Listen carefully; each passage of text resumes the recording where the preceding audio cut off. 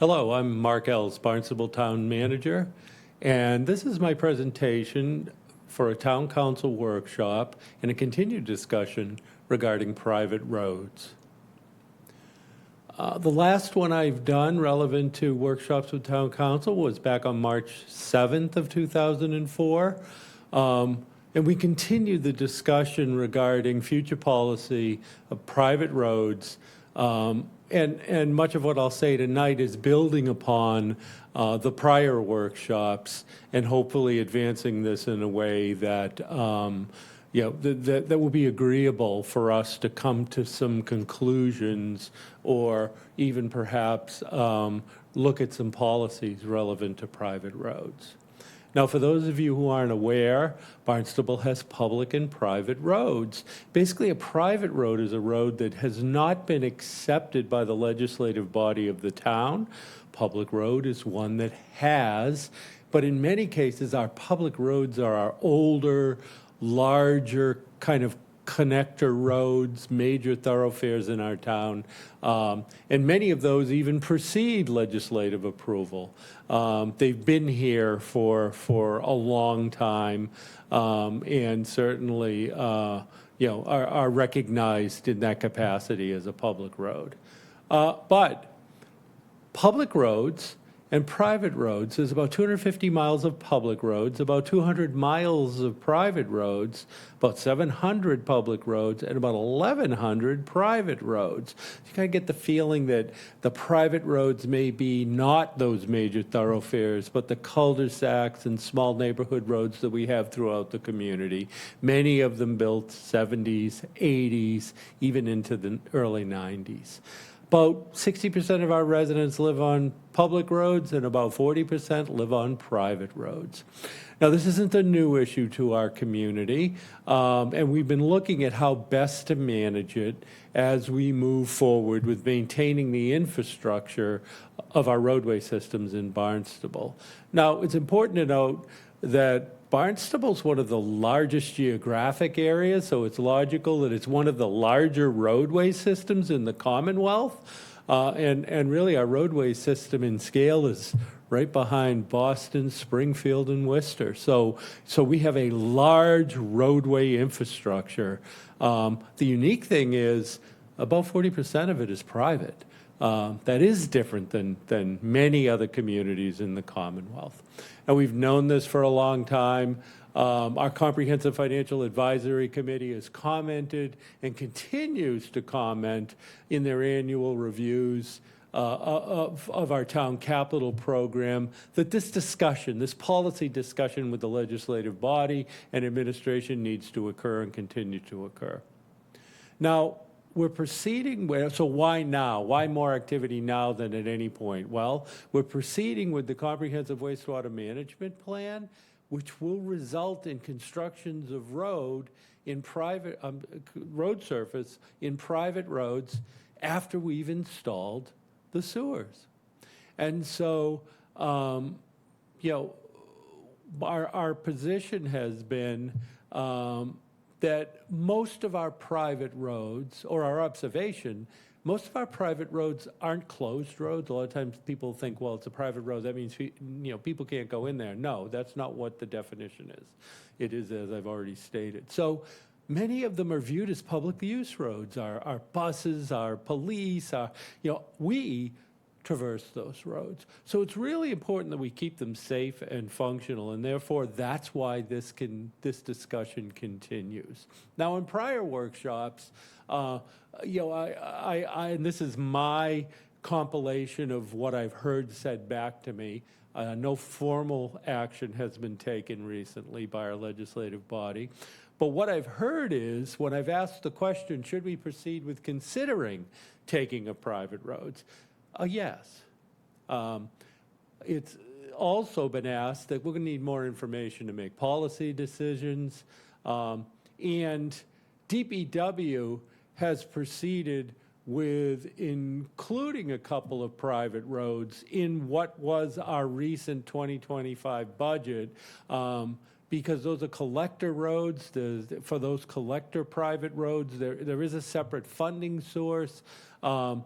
But even now, at the end of us making that improvement, they will go back to being private roads. So why does it matter? Why does it matter if it's public or private? Well, on the public side, we have a pavement management program, an annual capital investment of these roadways.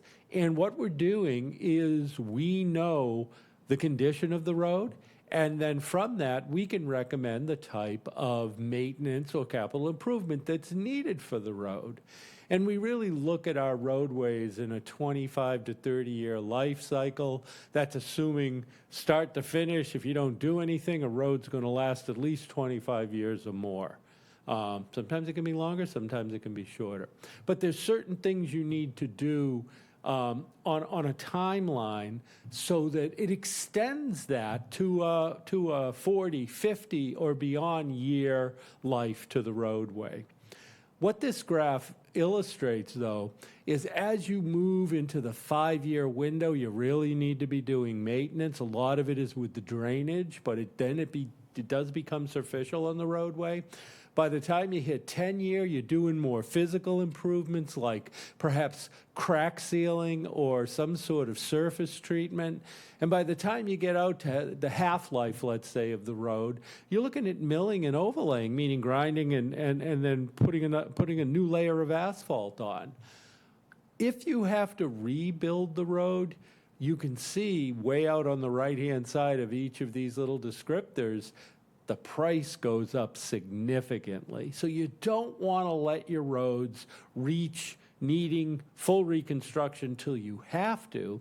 And if you're not doing the required maintenance or even maintenance capital sort of improvement like an overlay, you're not extending that life of that road.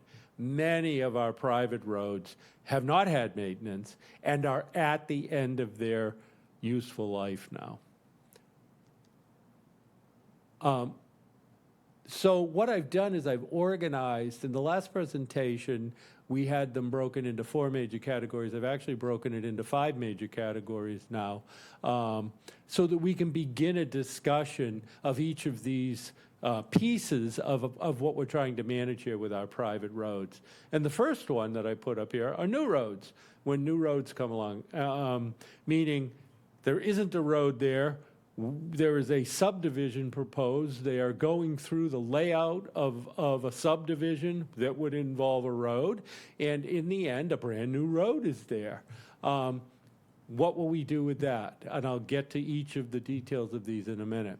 We also have private roads that are included in our comprehensive wastewater management plan. That means that we're looking at doing utility work, sewer work in those roadways, therefore putting new asphalt on, therefore wanting to make sure that, and if you go back to that last graphic that I shared with you, you can see why we want to make sure that those roads are maintained once we put new asphalt down, because it extends the useful life, keeps it safe and functional, and it reduces the cost to the resident. We also have existing private roads that are in the primary collector category, meaning these are major roads that connect to neighborhoods or other major roads or other sort of areas like a commercial center or a highway, and they're private. And they need to be maintained because everyone uses them and nobody would think that they were private. Got about 42 of those in our community. We also have private roads that have participated in the temporary repair to private roads program or have recently received sewers that we don't maintain because they're private. And in both cases, once again, an investment's been made in a new road surface, and unless the community or the individual resident begins to maintain those, it will deteriorate more quickly than it has to. And I've already expressed the concern about safety, functionality, and the cost. And then finally, all the other private roads that don't fall into one of these categories. So we're really looking to establish, okay, how are we going to proceed in each of these 5 areas? Now, new roads. The question has been, should the council consider the layout and acceptance of these new roads? Our planning department in review of a definitive subdivision plan, actually lays out the process for establishing a new road, including layout and acceptance. Past legislative direction has been that the town does not lay out and accept new roads. Therefore, our planning board knows that, and that is communicated when somebody comes in to build a new road. And the result of that is, for at least the last 2 decades, newly built roads remain private. It's my recommendation in consultation with the staff that the town council instruct the planning department to review the existing policy and guidance for the town council to consider layout and acceptance of these roadways when a new road is created. So what we'll do is, if we have concurrence on this, I will ask the town attorney to look at, well, what action should the town council take? It's already been communicated, that the legislative body communicated through the manager to the planning staff, to the planning board, that we're not taking them. Is that still how we're proceeding, or will we consider? It's not that we will take, we're not at that point, but will we consider taking them as ultimately a public road? Next, private roads that are part of the comprehensive wastewater management plan. At this point, we continue to bring to town council in batches easements on private roads that will be receiving sewering. Why do we do that? We actually, on most public roads, except in West Barnstable, but the CWMP at this point, it doesn't impact much of West Barnstable, but most of the roads already have a utility easement, in the sense that we've gone in and we've installed water. Either the district or the town has installed water into these roadways, but we need a current version of the utility easement so that we can secure state revolving funds. State revolving funds are the primary funding source, so that we can receive subsidies as we move forward with these sewer expansion projects. So we're going to continue bringing in to town council requests for easements on these roads. And we've been doing it, and we've done it, and I expect that we will continue to. The question to the town council is, do you want us to proceed concurrent with the easements, or ultimately don't do an easement, just come in with information for the town council to consider the layout and acceptance of the roadways? The reason we're going, and this is going to be a repetitive sort of recommendation. I am recommending that the town council establish a policy that they should consider the taking of the private road. Doesn't mean they'll take it. There's a lot of reasons why that may not happen. But that is a different direction than what has been recommended in the past. And once again, we'll have the town attorney look at how that should be done. I'm assuming it may be in a resolve by the town council directing the town manager to proceed that way. Why haven't we just done it? Because it takes a tremendous amount of staff time and resources with our planning and development, our DPW, our legal department, to organize that and to proceed in that manner. And it's a policy change, and that decision falls to our legislative body in our town council. Next, we have a group of about 44 roads that are considered collector and primary roads in the town. I have the list. I'm not going to go through each road, but certainly it can be shared. And we put in place that one of the actions of the Roads Committee, which was a committee of town council that was a subcommittee of town council that was created, and I think it was, in action from about 20 2004 to about 2014, more or less, in that time frame, was that we create a funding source to be able to go out and make improvements to these roads, because these are major roadways in our town that nobody would think is private, but they are. And therefore, the way that we invest dollars in these roads is really limited to kind of emergency response on our part, mostly patching potholes or repairing a completely failed drainage system, and that's not the way to work on a road, like Mary Dunn Road, for example. A portion of that is private. So, the roads committee, the town council roads committee, filed special legislation, secured it, and basically added on to what was a sewer construction special account, so that they had some source of revenue to offset these roads as they came forward. And so I certainly can go into more detail. We did in prior, you can go back and view it, but we can go into more detail on how much is in there. And, but the original intent was that it would go to sewering. Now it's been expanded to include private way maintenance as well. There's about $20 million in it, but that's nowhere near the total cost of what even improvements to these 44 private roads would be. It's just another funding source that was available, and then special legislation was pursued and secured to be able to use these funds. Once again, same recommendation, that the town manager is recommending that the town council adopt a policy that would allow for the town council to consider the layout and acceptance of these roads. We've also compiled a list of roads that have participated in our temporary repair to private roads program. There's about 23 of them on the list, and it's going to be the same recommendation there, where the town council would consider the acceptance of these roads once they have gone through a temporary repair to private roads program. And there's actually a group of roads now that we've secured easements on, or prior sewering in recent years that we secured easements on to put in sewer. So I would want to identify those as similar to these 23, in that we've put new asphalt down, and it needs to be maintained.